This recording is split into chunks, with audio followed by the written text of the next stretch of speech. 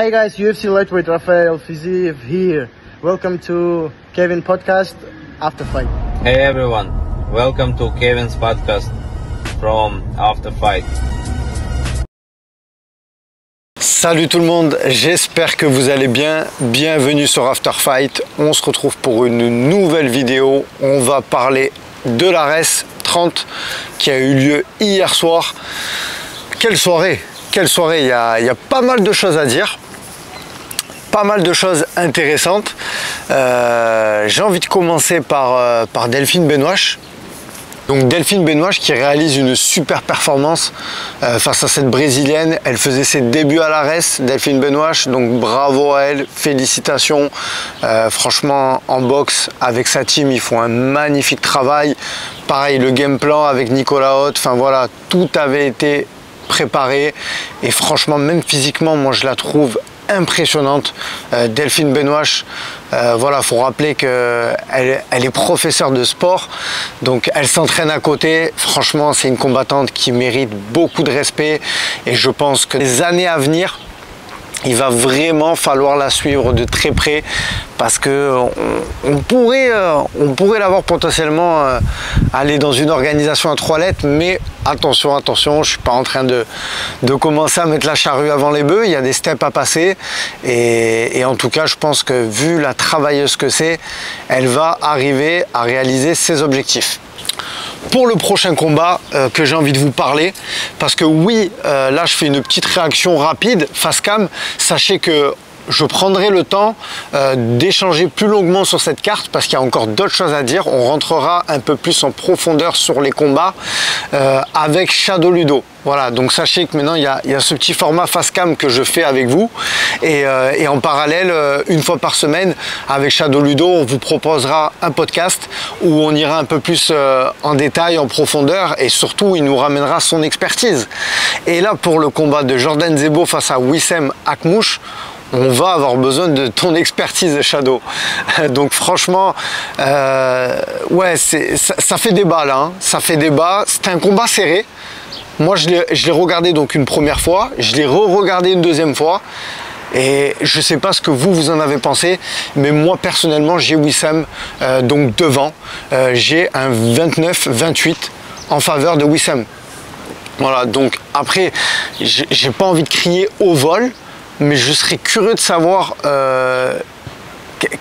quels arguments on les juge en fait. Voilà, et je serais encore plus curieux d'échanger avec Ludo qui est juge au sein de la fédération du MMA français. Donc voilà, lui son avis en tant que vraiment acteur et personne qui a leur place, hein. Donc voilà, est-ce que c'est une erreur? Est-ce qu'il y a eu qu'est-ce qui s'est passé en fait? Sincèrement, moi aujourd'hui, je ne viens pas vers vous avec la réponse, mais en tout cas, sachez que dans le podcast avec Shadow Ludo, je pense qu'il essaiera de vous apporter une précision là-dessus. En tout cas, c'était un beau combat, très très serré. Quel combat! Franchement, Jordan Zebo, que ce soit ses middle, ses défenses de lutte, j'ai noté aussi très très belle défense de lutte de la part de Jordan parce qu'en face Wissem Akhmouch l'a ramené plusieurs fois. Sincèrement, pareil, Wissem Akhmouch qui a une belle boxe, j'ai envie de dire, qui a quand même placé des beaux enchaînements. Franchement, c'était un combat très serré. De toute façon, on s'y attendait. Clairement, sur le papier, c'était à prévoir, ça allait être une guerre. Voilà.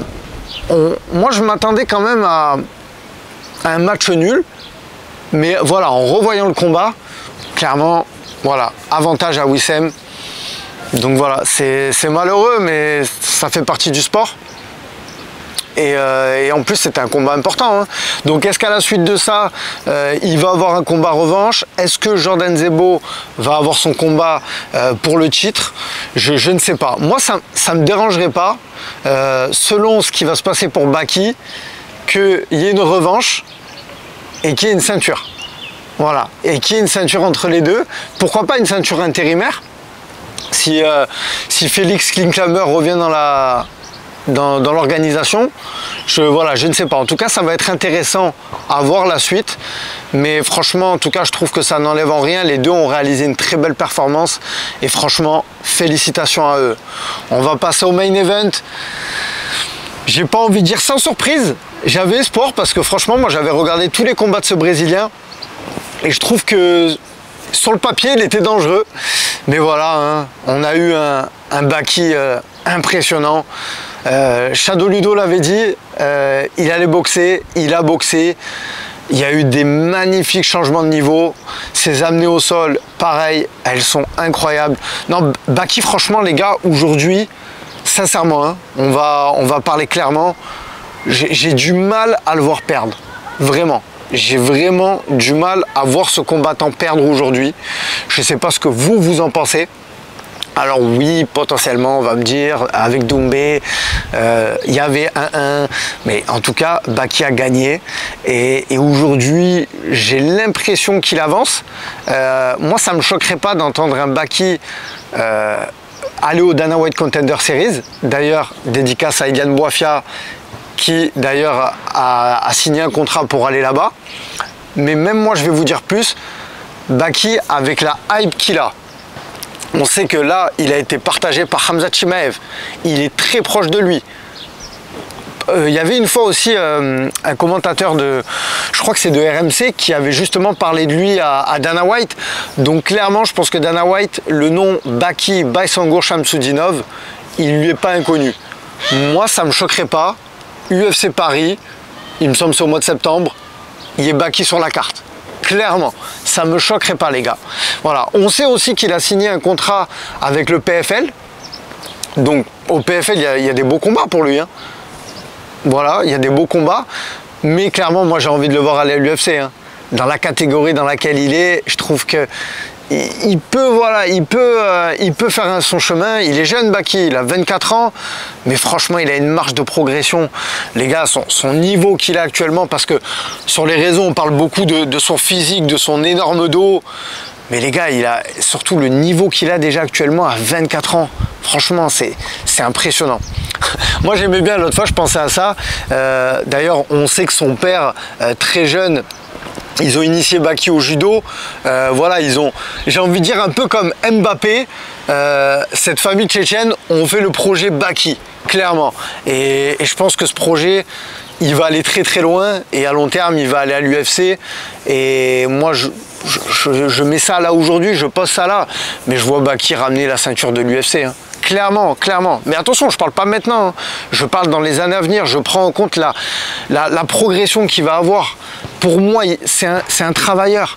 C'est aussi quelqu'un qui, en dehors de la cage, est très discipliné, que ce soit dans ses entraînements. On a pu le voir aussi sur sa nutrition, avec son préparateur physique, Nabil Takali. Il est entouré aussi, je sais qu'il y a Clément Marcoux qui s'occupe un peu de lui sur la préparation physique. Nicolas Haute. Eddie Carda, il y a énormément de monde qui gravite autour de Baki, et pour moi, j'ai envie de le dire, c'est l'un des athlètes dans le MMA français qui est le mieux entouré et qui aussi, lui, s'implique à 200%.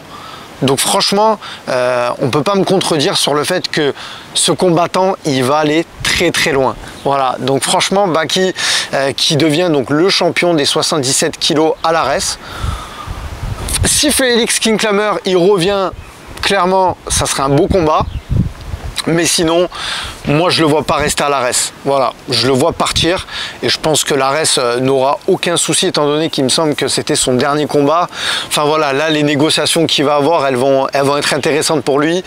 Voilà, il y a le PFL aussi qui est là. Enfin, je pense que sauf l'UFC qui peut venir tout casser et le faire aller dans cette organisation, je pense qu'il va aller au PFL. Voilà.